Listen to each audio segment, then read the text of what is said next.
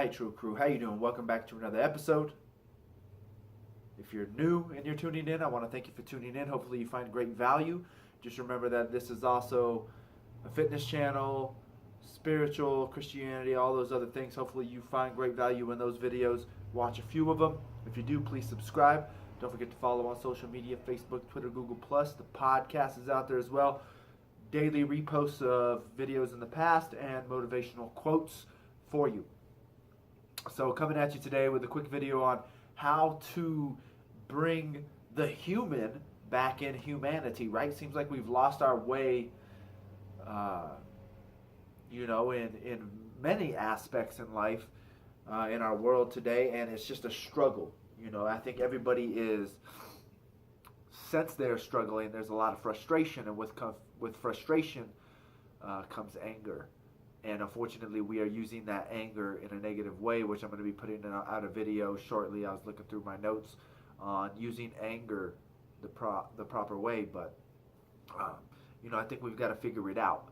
And the only way we can really put the human back in humanity is to express our own faults, right? I heard this quote the other week when I was reading my book, and it's, in reality, the best way to get someone to open up to you and connect with them is so they can trust you.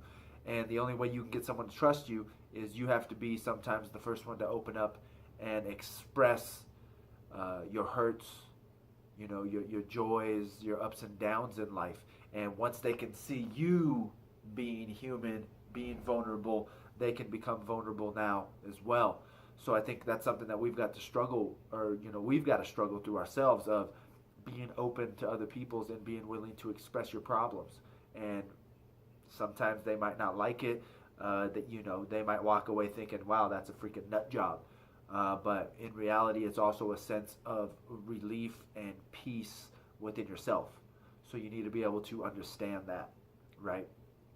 Just like now, for those, since I am Catholic now, for those who, disapprove of the Catholic Church and their view on homosexuality, there's a whole website now that is dedicated just to people who are homosexuals that are living the Catholic faith and their experience with it.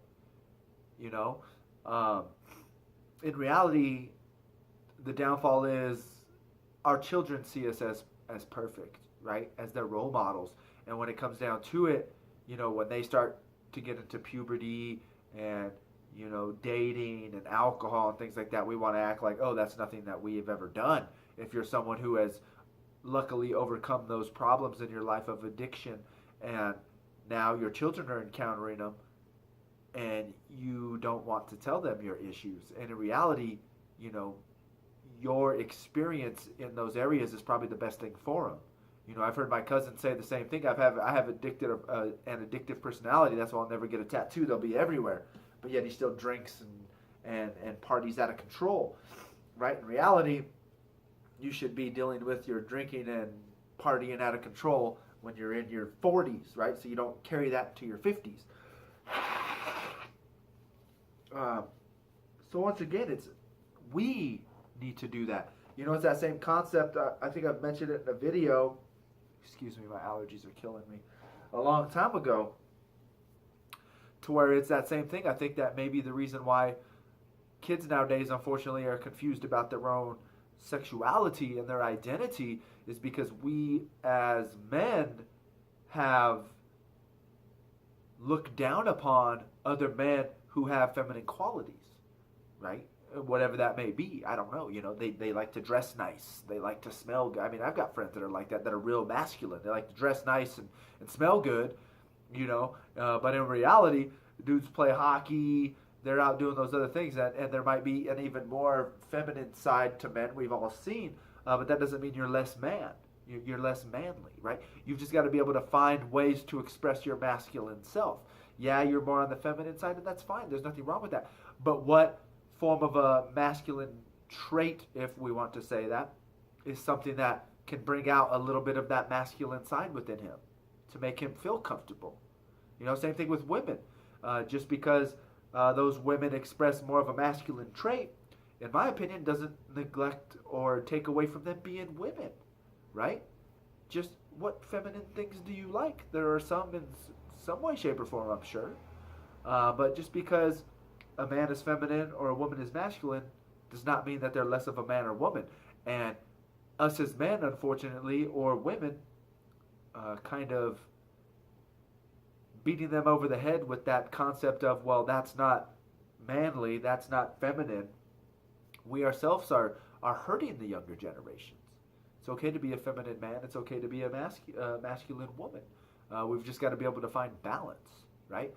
I'm reading a book where this is discussed. I just made a video dabbling in it a little bit. You might not watch that video, but it would be, I'm trying to think of what I named the video.